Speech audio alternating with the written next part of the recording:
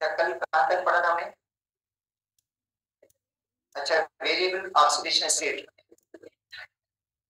Catalytic property पढ़ ली, पूरा समझा देगा कि कौन कौन से कैरेक्टर्स यूज होते हैं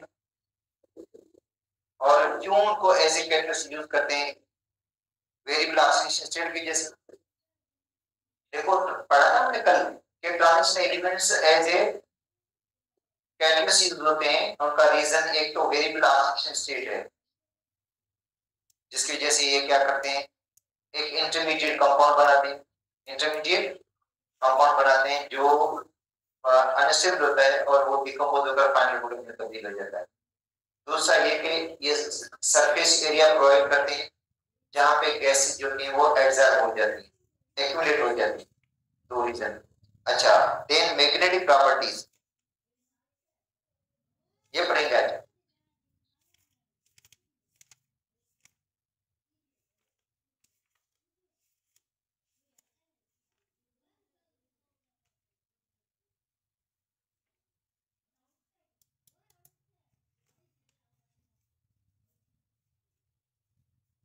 मैग्नेटिक प्लीज तो transition elements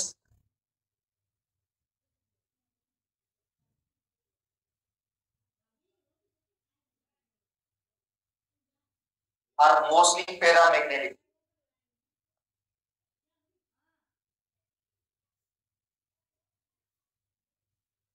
transition elements are mostly paramagnetic.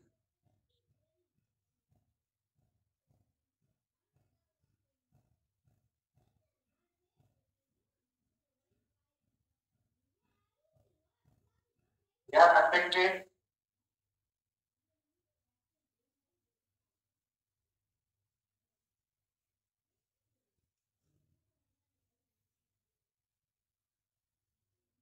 by magnetic field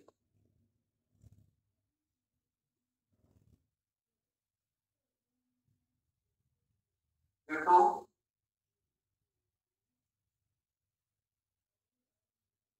presence of unpaired electrons।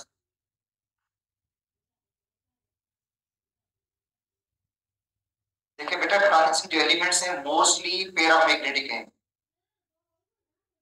इनको मैग्नेटिक फील्ड अपनी तरफ अट्रैक्ट करती है, रीजन अनपेयर इलेक्ट्रॉन्स हैं।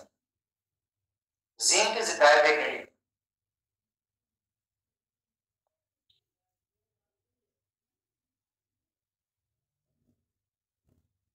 जिंक डायमैग्नेटिक है,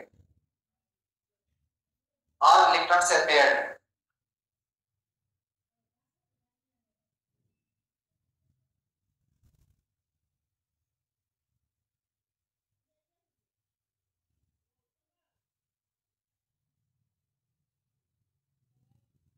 और इसको मैग्नेटिक फील्ड क्या करेगी, रिपेल करेगी।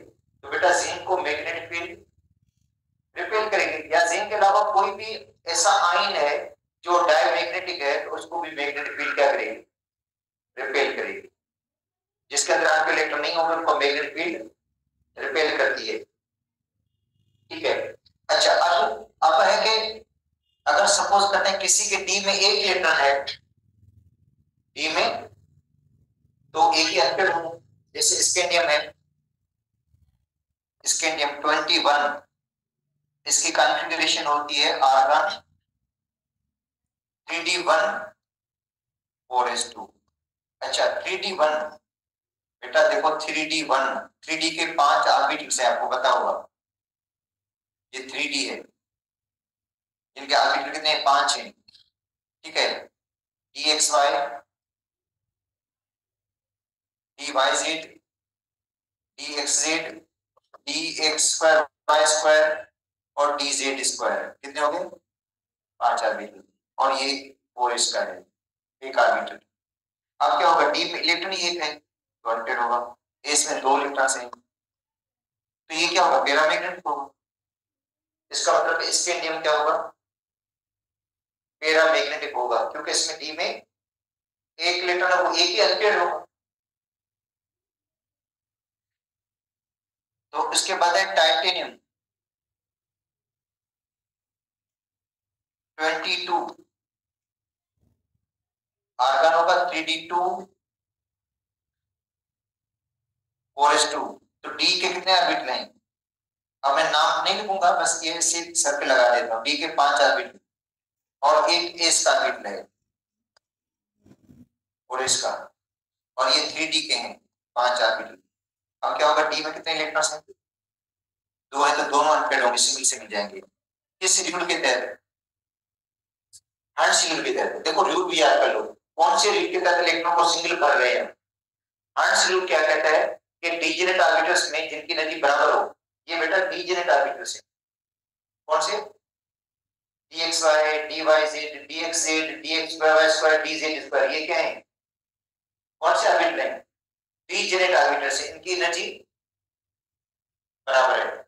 इनको भरेंगे हर शेड्यूल के तहत, पहले सिंगल फिर पेयर बनाएंगे वो, तो आप अनपेयर्ड दोगे। तो इसका मतलब है इसके नियम से टाइटेनियम की मैग्नेटिक प्रॉपर्टीज क्या होंगी? ज्यादा होगी। तो मैग्नेटिक प्रॉपर्टीज बढ़ रही है, फिलहाल तो बढ़ रही है। कहां तक बढ़ती है वो आगे देखते हैं।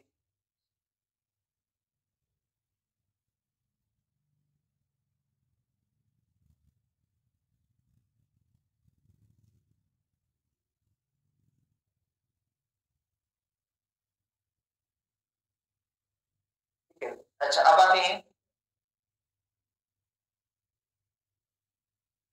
वेनेडियम 23। तो आर्गन होगा डी3 4s2। तो डी के 5 ऑर्बिटल, बेटा ये 3d है, इसके 5 ऑर्बिटल हैं डीजेनेट, और ये 4s का ऑर्बिटल है। अब क्या होगा, इलेक्ट्रॉन सिंगल सिंगल 3 अनपेयर्ड हो गए। तो मैग्नेटिक प्रॉपर्टीज क्या हो रही है? इंक्रीज। तो इसका मतलब है मैग्नेटिक प्रॉपर्टीज इंक्रीज हो रही है। क्रोमियम 24 है, देखो argon 3d5 4s1, 3d5 4s1।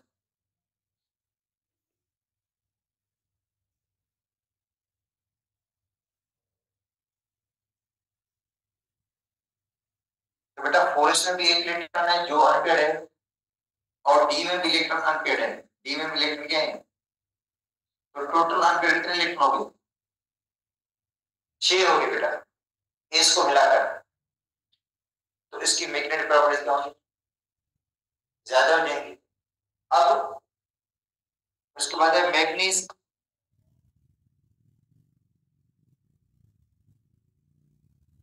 3d5 4s2।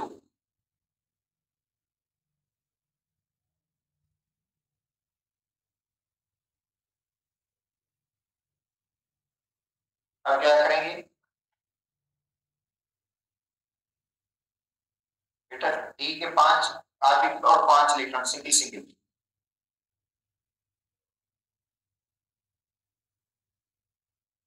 तो इसकी जो मैग्नेटिक प्रॉपर्टीज होंगी वो क्रोमियम से क्या होंगी? कम होगी। कम होगी ना मैग्नेटिक प्रॉपर्टीज। आयरन को देखें,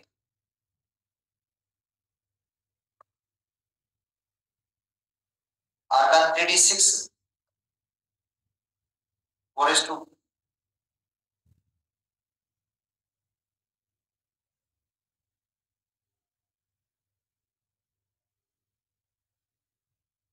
ठीक है, 3d6 4s2। अब क्या होगा, इलेक्ट्रॉन की पहले हम क्या करेंगे, सिंगल फिल करेंगे।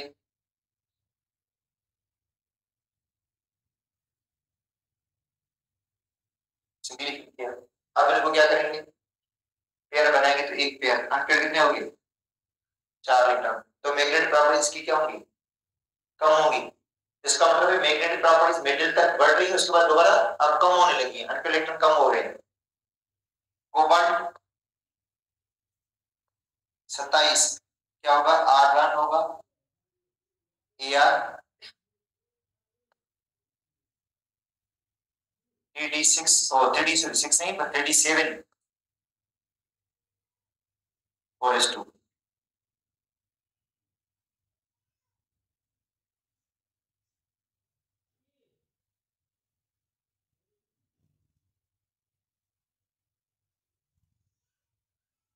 अच्छा अब क्या हुआ, 37 है।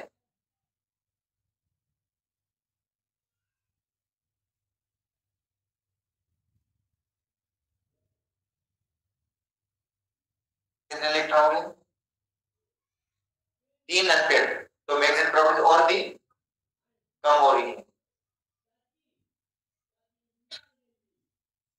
इलेक्ट्रॉन अनपेड कम हो रहे हैं, मैग्नेटिक प्रॉपर्टीज भी क्या हो रही है, कम हो रही है। अच्छा उसके बाद 28 आर्गन और 3D 8 4s2।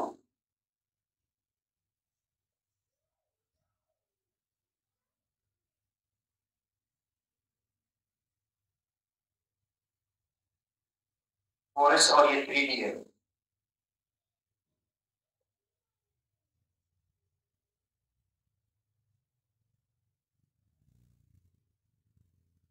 पांच इलेक्ट्रॉन सिंगल भरे, अब इनको हम पेयर करेंगे, पेयर बना लेंगे, तो वहां पे बच गए दो, तो मैग्नेटिक प्रॉपर्टी और भी कम हो गई। Copper 29 3D10 4s1।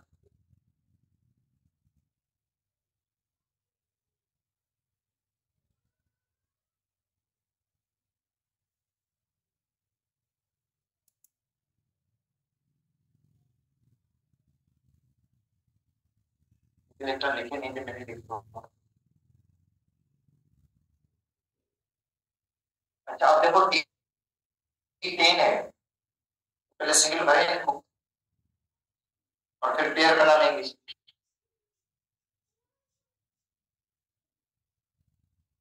एक इलेक्ट्रॉन अनपेड है एस में भी, एक इलेक्ट्रॉन अनपेड कहां पे मौजूद है, एस में भी, ठीक है।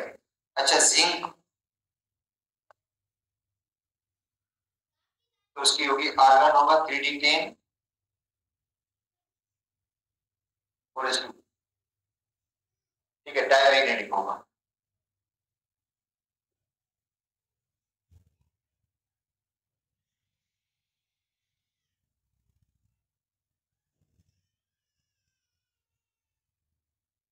तो सब इलेक्ट्रॉन पेयर हो जाएंगे इसके अंदर।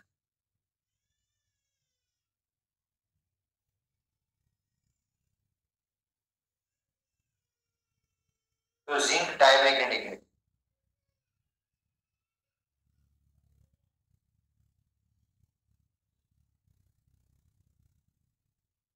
और इसको ये मैग्नेटिक फील्ड को क्या करेगा, ठीक है, रिपेल करेगा।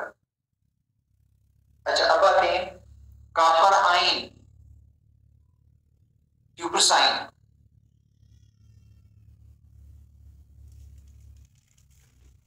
ये होगा आर्गन होगा 3D10 4s0, ठीक है, ये भी डायमैग्नेटिक है।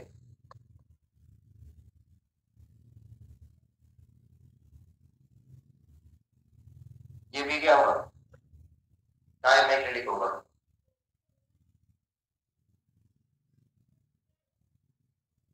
अच्छा तो मैग्नेटिक प्रॉपर्टी उसी की ज्यादा होगी जिसमें अनपेड इलेक्ट्रॉन ज्यादा होंगे, मैग्नेटिक प्रॉपर्टी जो होगी उसी की ज्यादा होगी जिसमें, इसका मतलब मैग्नेटिक प्रॉपर्टी डायरेक्टली प्रोपोर्शनल है अनपेड इलेक्ट्रॉन्स के।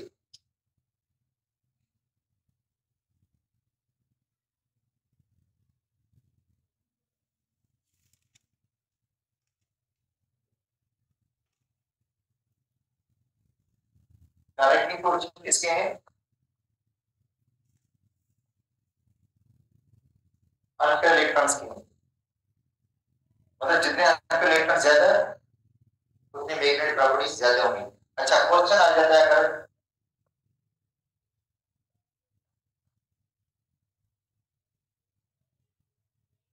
मैग्नेटिक प्रॉपर्टी सेम किसकी होंगी,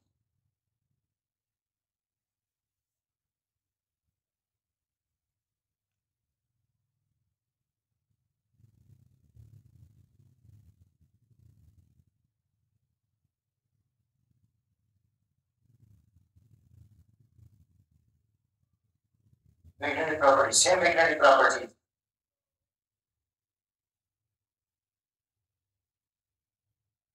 मैग्नेटिक प्रॉपर्टी सेम बेटा उन्हीं की होंगी जिनमें इलेक्ट्रॉन सेम होंगे, अनपेयर इलेक्ट्रॉन सेम होंगे, इलेक्ट्रॉन सेम नहीं मगर अनपेयर इलेक्ट्रॉन सेम हो। तो D1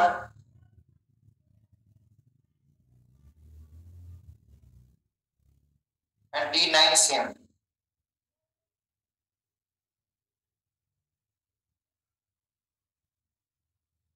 D1 और D9 की होंगी सेम होगी मैग्नेटिक प्रॉपर्टी। तो D1 में एक इलेक्ट्रॉन अनपेयर, D9 में बेटा इलेक्ट्रॉन बराबर है। D2 D8 same. देखो D2 में कितने अनपेयर इलेक्ट्रॉन, D8 में 2 अनपेयर इलेक्ट्रॉन, तो magnetic property same. D3 D7 same magnetic properties. D4 D6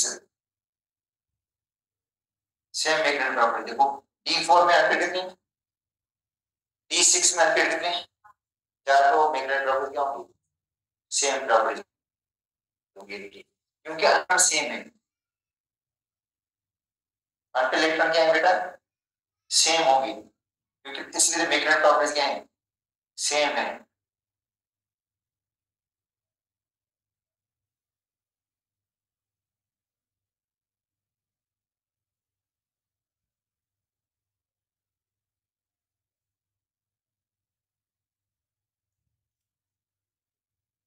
ठीक है, इलेक्ट्रॉन सेम है अनपेयर, इसलिए मैग्नेटिक प्रॉपर्टीज क्या है, सेम है। Which is more magnetic?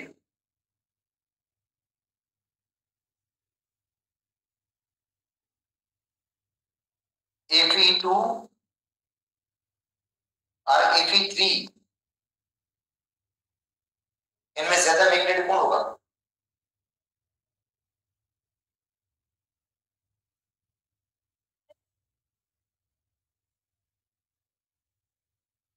बेटा Fe2 ज्यादा मैग्नेटिक है या Fe3? देखो Fe2 का मतलब है आयरन 2 लूज करता है इलेक्ट्रॉन, Fe3 में 3 लूज करता है। इसकी इलेक्ट्रॉनिक कन्फिगरेशन ये है,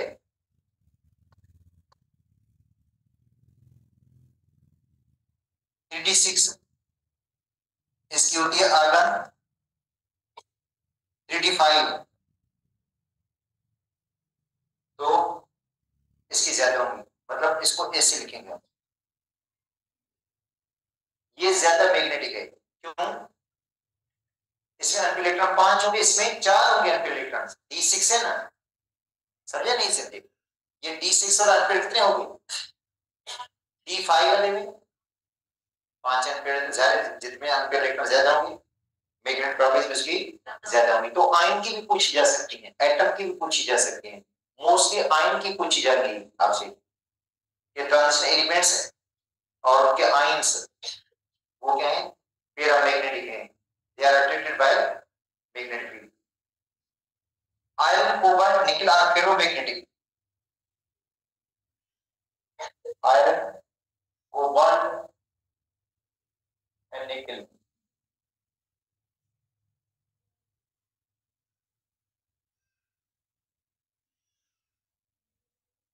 आर फेरोमैग्नेटिक, क्योंकि मैग्नेट खुद इनसे बनती है। ठीक है, और ये मैग्नेट को ज्यादा अट्रैक्ट करते हैं, इनके जो आयन्स वगैरह होते हैं वो मैग्नेट को ज्यादा अट्रैक्ट करते हैं, स्ट्रांगली मतलब अट्रैक्ट होते हैं मैग्नेट फील्ड की तरफ। इनको हम कहते हैं फेरोमैग्नेटिक। अगर क्वेश्चन आ जाए तो ऊर्जा का फॉलोइंग एलिमेंट्स आर फेरोमैग्नेटिक, तो फेरोमैग्नेटिक कौन होगा, आयरन कोबाल्ट और निकल। आयरन कोबाल्ट निकल को जिंक डायमैग्नेटिक है, जिंक है डायमैग्नेटिक का मतलब जिंक को मैग्नेट अट्रैक्ट नहीं करेगी। ठीक है, अच्छा अब आते हैं बाइंडिंग एनर्जी पे। तो ग्राफ में आपको बताया था कि ग्राफ में पढ़ाऊंगा आप लोगों को कि इसका ग्राफ ही है।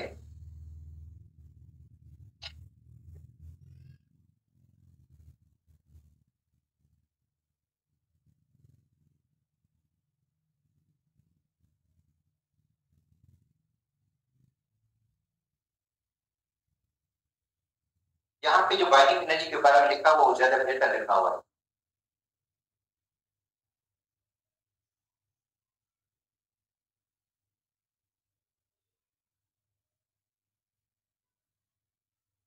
बाइंडिंग एनर्जी के बारे में देखो, पहले बता दूं, कल भी आपको मैंने बताया था कि बाइंडिंग एनर्जी एक्चुअली जो मेटलिक बॉन्ड की स्ट्रेंथ है, जो मेटल बॉन्ड है उसकी जो स्ट्रेंथ है वो डिपेंड करती है बाइंडिंग एनर्जी पे है, क्योंकि वो एनर्जी है जो पार्टिकल्स को बाइंड करके रखती है। अच्छा, एक होती है न्यूक्लियर बाइंडिंग एनर्जी। न्यूक्लियर मतलब जो न्यूक्लियस के पार्टिकल्स को बाइंड करती है, मतलब प्रोटॉन न्यूट्रॉन को बाइंड करके रखती है। अच्छा, ये बाइंडिंग एनर्जी है मेटल की। तो मेटल के जो पार्टिकल्स हैं, एटम्स, उनको ये बाइंड करके रखेगी। बेटा ये क्या करेगी, मेटल के जो एटम्स होंगे या मेटल के जो पार्टिकल्स उनको क्या करेगी, बाइंड करके रखती है, उनको जोड़ कर रखती है।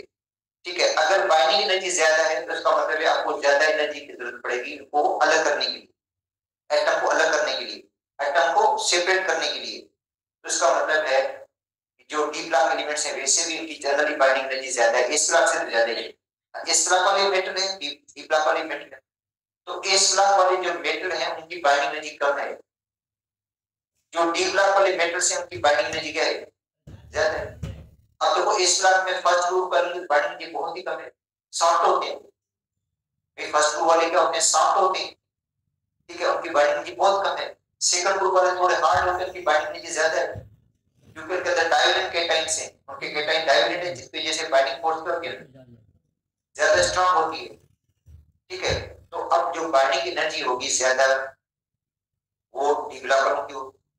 अच्छा, ये बाइंडिंग एनर्जी की वजह से जो ट्रांजिशन मेटल्स हैं वो ज्यादा हार्ड होते हैं।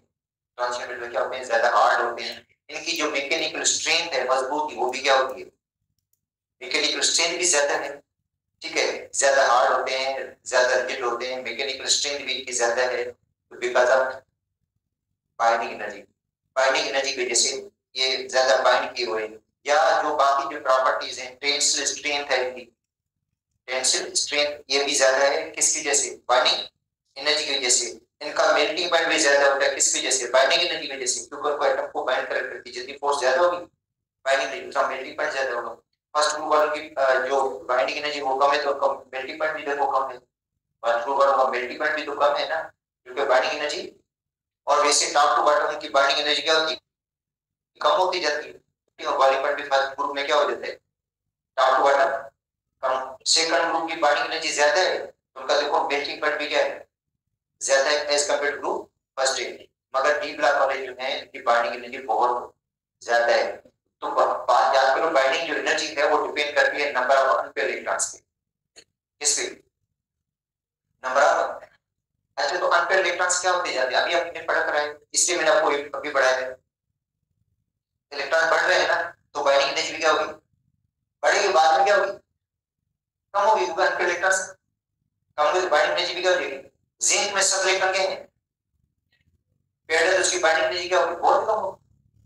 भाई जिंक की बाइंडिंग एनर्जी क्या होगी बेटा, उसमें अनपेयर इलेक्ट्रॉन है ही नहीं, तो जिंक की बाइंडिंग एनर्जी बहुत कम होगी। जिंक का मेल्टिंग पॉइंट भी क्या होगा, कम होगा, क्योंकि जिंक के एटम के अंदर पोर्सेंटेज भी वीक होगा, इसलिए तो जल्दी वो मेल्ट हो जाता है, जल्दी पिघल जाता है। ठीक है, तो यहाँ पे आते हैं बाइंडिंग एनर्जी पे।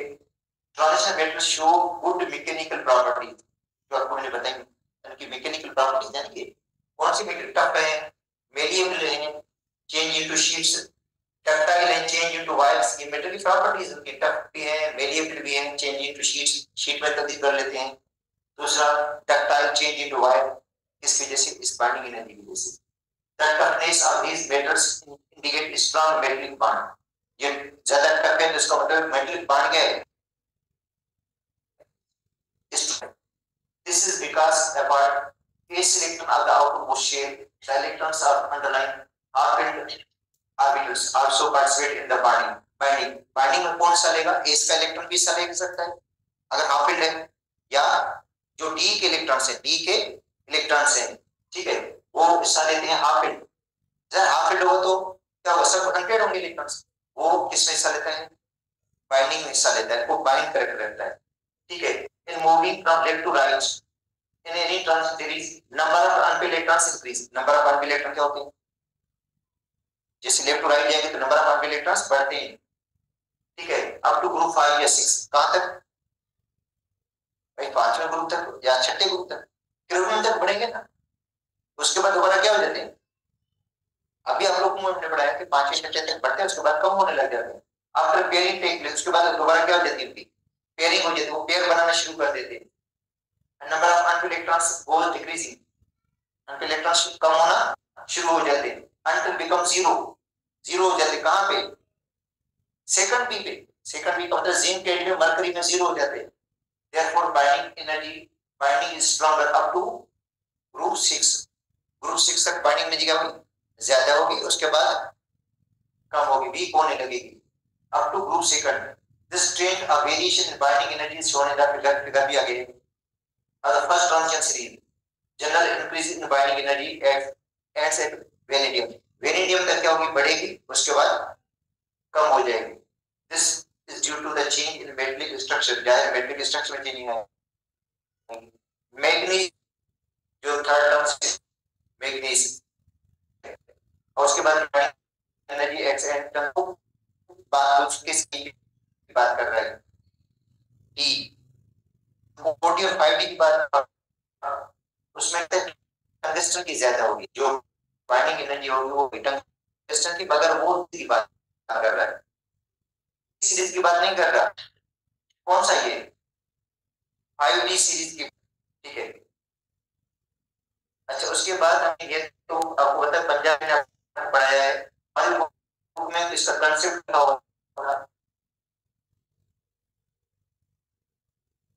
अच्छा जी,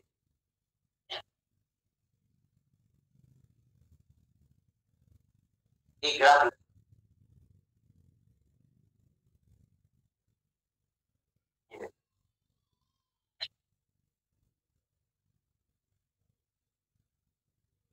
बेटा, ये बाइंडिंग नहीं देखो, बहुत कम है बाइंडिंग। ये पोटाश, ये पोटाश में देखो।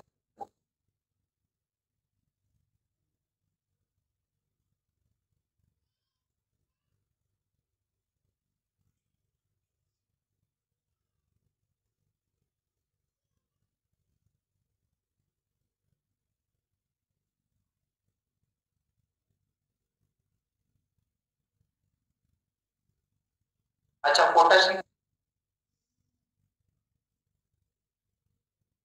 यहाँ यहाँ है, यहाँ पे है, यहाँ पे यहाँ पे वेनेडियम। उसके बाद कमी आ जाती है, थोड़ी और कम हो जाती है। उसके बाद जिंक की बहुत ही कम। ये हमारे बुक में नहीं चाहा, वो समझा रहा था कि मिडिल बढ़ती है, इलेक्ट्रॉन्स बढ़ते जाते हैं, जीबी क्या हो जाती है, उसके बाद कम होने लगती है, ठीक है। वैल्यू ये दूसरी सीरीज है, ये टंगस्टन, ये जो ये टंगस्टन है, क्या होगी? ज्यादा दोबारा कम होगी, क्योंकि ये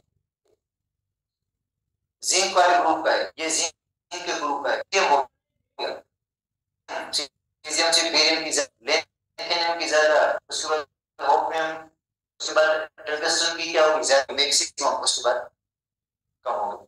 तो इसका दूसरी सीरीज है बेटा, जो कहां से शुरू हुई है? सीजियम से। सीजियम समझे, ये छठा सीरीज होगी ना, 5D सीरीज छठे पीरियड का बेटा। 5D जो सीरीज वो किस पीरियड में होगी?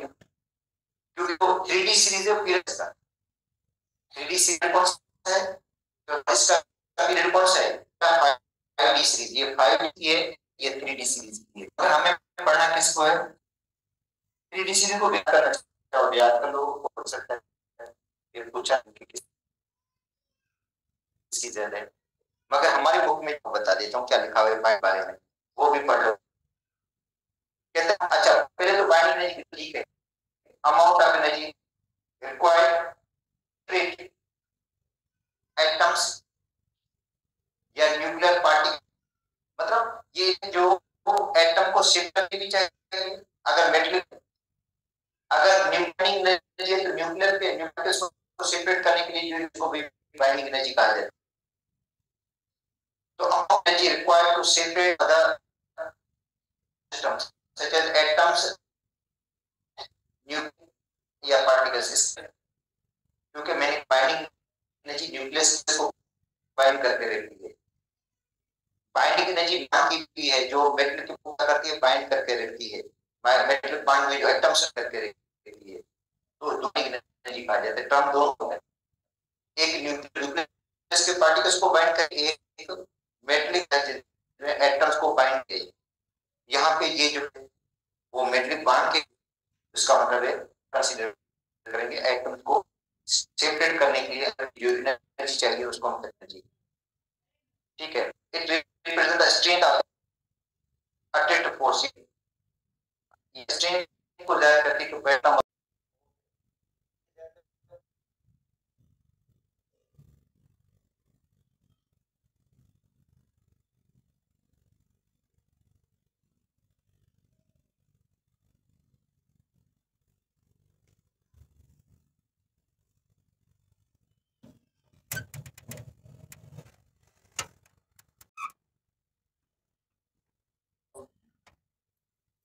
ड्यू टू न्यूक्लियर चार्ज गलत है, क्योंकि न्यूक्लियर चार्ज पे डिपेंड करते तो जिंक की से ज्यादा है। अगर बाइंडिंग एनर्जी न्यूक्लियर पे डिपेंड करती तो जिंक की है तो उसकी बाइंडिंग एनर्जी, मगर बाइंडिंग एनर्जी डिपेंड करती है इलेक्ट्रॉन्स पे डिपेंड करती है, ठीक है। जब मेटलिक स्ट्रक्चर पे stronger the positive charge, positive charge strong होगी तो मतलब पॉजिटिव चार्ज की मैं बात कर रहा हूँ, पॉजिटिव चार्ज अगर स्ट्रांग होगी attract the d electrons more required to remove. अगर पॉजिटिव चार्ज न्यूक्लियर चार्ज की बात करते हैं, न्यूक्लियर चार्ज इसकी ज्यादा हो, पानी एनर्जी ज्यादा है, तो इसका क्योंकि पानी नहीं होगी दोबारा क्या होने लगी, न्यूक्लियर चार्ज तो बढ़ी है मगर बाइंडिंग एनर्जी बढ़ तो नहीं रही है ना, कम हो रही है ना, यहाँ तक बढ़ी उसके बाद दोबारा क्या होगी बाइंडिंग एनर्जी। अच्छा उसके बाद है binding energy tens block elements due to, अच्छा डाउन द ग्रुप जो बाइंडिंग एनर्जी है उसको this is because the atomic size reduce the, तो ये रीजन इसका सही नहीं है जगह पे, ठीक है। क्योंकि आप देखो इसकी ये तो इसकी सीधे हिसाब से देखो बाइंडिंग एनर्जी क्या है ज्यादा है ना, 5D सीरीज का इसकी बाइंडिंग सीरीज ज्यादा है ना सिस्टम की, बेटा इसकी अगर देखो और इनकी बाइंडर देखो ये 80 तक, इसकी वैल्यू कितनी तक है, देखो ग्राफ तो सेम ही है, एनर्जी को आप देखोगे तो कितनी है, ये है कि अगर बाइंडिंग एनर्जी को देखती है, बाइंडिंग एनर्जी बताओ ज्यादा होगी कि ज्यादा है, ठीक है। तो एक्चुअली मैं जो एनर्जी है वो डिपेंड है इलेक्ट्रॉन्स पे डिपेंड करते, इलेक्ट्रॉन्स मिडिल के बाद कम हो इसलिए बाइंडिंग एनर्जी कम हो जाए, ठीक है। मगर इसके अपनी जगह पे है, जैसे मैग्नीज है, मैग्नीज की जो बाइंडिंग वो कम है, थोड़ी कम होगी वैसे ज्यादा, एक्चुअली एक साइज को भी देखा जाता है, एटम साइज को भी। दूसरी बात ये कि जो इलेक्ट्रॉन्स हैं वो बाइंडिंग के अंदर नहीं, और इसमें मैग्नीज का रीजन है, मैं पढ़ा था कहीं पे कि जो बाइंडिंग एनर्जी वो कम, क्योंकि वो जो डी इलेक्ट्रॉन्स है वो शायद बाइंडिंग के लिए बताया, इस तरह का कोई रीजन मैंने पढ़ा जरूर किसी और बुक में पढ़ा, उसमें यह था कि मैग क्यों कम है, कि बाइंडिंग एनर्जी है वो कम है, किसी इसके अंदर अनपेड इलेक्ट्रॉन 5 है, अनपेड इलेक्ट्रॉन कितने हैं, उसकी बाइंडिंग एनर्जी की वैल्यू ज्यादा होनी चाहिए, जगह पे कम है। उसका भी एक रीजन मैंने पढ़ा था कि वो कंट्रीब्यूट नहीं करने के लिए इलेक्ट्रॉन्स को बाइंडिंग की अच्छी तरह का कोई रीजन था, चलो मैं दूं, मगर इसमें तो बात नहीं है, वो वैल्यू दी गई है हमारे बुक में, कोई वैल्यू तो बाइंडिंग एनर्जी, ये कंसेप्ट गिवन है वो भी सही नहीं है। अगर ये कंसेप्ट मानते हैं न्यूक्लियर चार्ज या प्रोटॉन की वजह से, तो फिर तो मसल से बढ़ना चाहिए, बाइंडिंग एनर्जी मसल से बढ़नी चाहिए, क्योंकि न्यूक्लियर चार्ज बढ़ रही है, प्रोटॉन की तादाद बढ़ रही है, तो बाइंडिंग एनर्जी चाहिए, वरना वो कम हो रही है। उसके जो रीजन लिखे हुए हैं बुक में तो वो ज्यादा सही है। उसके बाद मेल्टिंग पॉइंट का ट्रेंड बता देता हूँ, मेल्टिंग पॉइंट भी है इसके अंदर।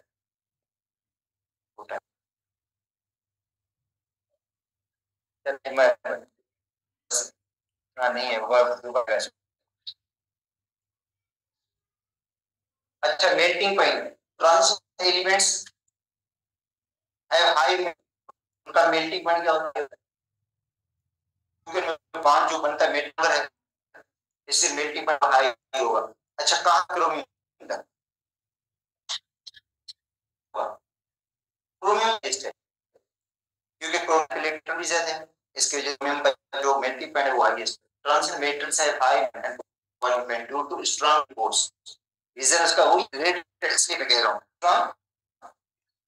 स्ट्रांग फोर्स की जैसे कि binding force strong, melting point metal का मतलब क्रोमियम। जिंक सबसे होगा क्योंकि जिंक की बाइंडिंग एनर्जी सबसे कम है। उसके बाद ट्रेंड पॉइंट, मेल्टिंग पॉइंट का ट्रेंड, एक ट्रेंड भी है बेटा मेल्टिंग।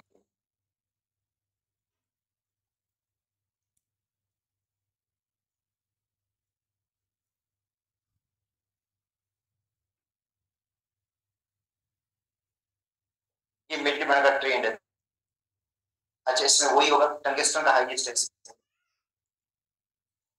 टंगस्टन है, और यहाँ पे क्रोमियम है वेनेडियम से। ये देखो मेल्टिंग पॉइंट एटॉमिक नंबर, तो क्रोमियम का हो गया ना numerically, chromium waiting slightly high है। उसके बाद मेल्टिंग पॉइंट क्या हो रहा है, कम हो गया, मैग्नीज का कम हो गया, तो मैग्नीज का रीजन वही आ जाता है, कंट्रीब्यूट नहीं करता इलेक्ट्रॉन, डी के 5 इलेक्ट्रॉन। तो उसके जिंक का क्या होगा, बहुत, जिंक का बहुत कम है मेल्टिंग पॉइंट। अब वेल बुक में भी लिखी हुई है 20, इसके अंदर सबसे ज्यादा किसका है, टंगस्टन।